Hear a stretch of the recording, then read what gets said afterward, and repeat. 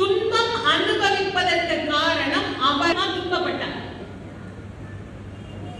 எம்பெருமான் ராமச்சந்திர ஒட்டி வெற்றி பெற்றார். இந்த செய்தி சீத்தம்மாவுக்கு தெரியாது. ஏன்னா அப்பெல்லாம் செல்போன் இல்லை. நல்ல வேலை செல்போன் இல்லை. நாங்கெல்லாம் ராமாயணம் சொல்றோம். செல்போன் இருந்திருந்தா ராமாயணம் எப்படி வந்திருக்கும்?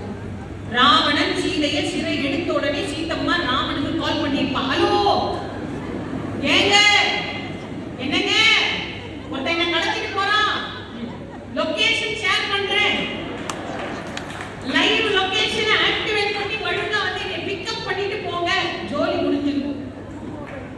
சரி, அந்த அம்மாக்கு ரீசார்ஜ் பண்ணல, போன் இல்ல. அப்புறம் ராமன் ஒரு வாட்ஸ்அப் குரூப்பை சேர்த்து சுக்ரீவன் ஆஞ்சநேய போட்டு பிக்கப் பண்ணிட்டாவது வந்துருப்பேன். நமக்கு கதையே இல்லாத போயிருக்கும்.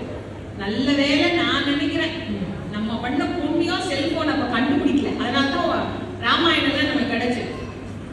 ஆஞ்சநேயர் அவர் ஒரே மகிழ்ச்சி, மகனே ஆஞ்சநேயா உனக்கு என்ன வரம் வேணுமோ கேளு, எனக்கெல்லாம் ஒண்ணு வேணாம், இந்த அரக்கிங்க உங்களை இத்தனை நாள் போட்டு அப்படியே கொடுமைப்படுத்தி அப்பட மாதிரி பொறிச்சு எடுத்தாலும் உங்களுக்கு எல்லாத்தையும் வரிசையா நிக்க வச்சு மண்ணனை ஊத்தி கொளுத்தணும், உத்தரவு கொடுக்குமா அப்படின்னு கேட்டார்.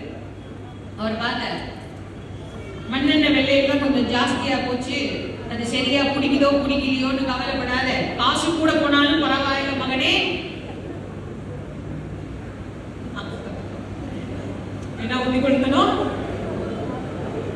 கதை கேட்கிற உங்களுக்கு பெட்ரோல் ஊத்தி கொடுக்கிற அளவுக்கு கோபம் இருந்தா கதையில இருந்த அவளுக்கு எவ்வளவு கோபம் இருந்திருக்கணும், நியாயமா இருந்திருக்கணுமா இல்லையா? சொல்லல. அந்த அம்மா சொன்னா பாருங்க, ஆஞ்சநேயா இந்த பெண்கள் எனக்கு இடர் செய்யவில்லை, யார் இழைத்த வினையினால் இவ்விடர் தான் அடுத்தது தாயினும் அன்பினோ. கம்பர் எழுதுற, யார் வினையினால் இத்துன்பத்தை நான் அனுபவிக்கிறேன்னு சீத்தம்மா சொன்னான். ஆகவே நாமெல்லாம் துன்பம் அனுபவிக்க காரணம் வினையினர். இப்படி இந்த அம்மா போற வர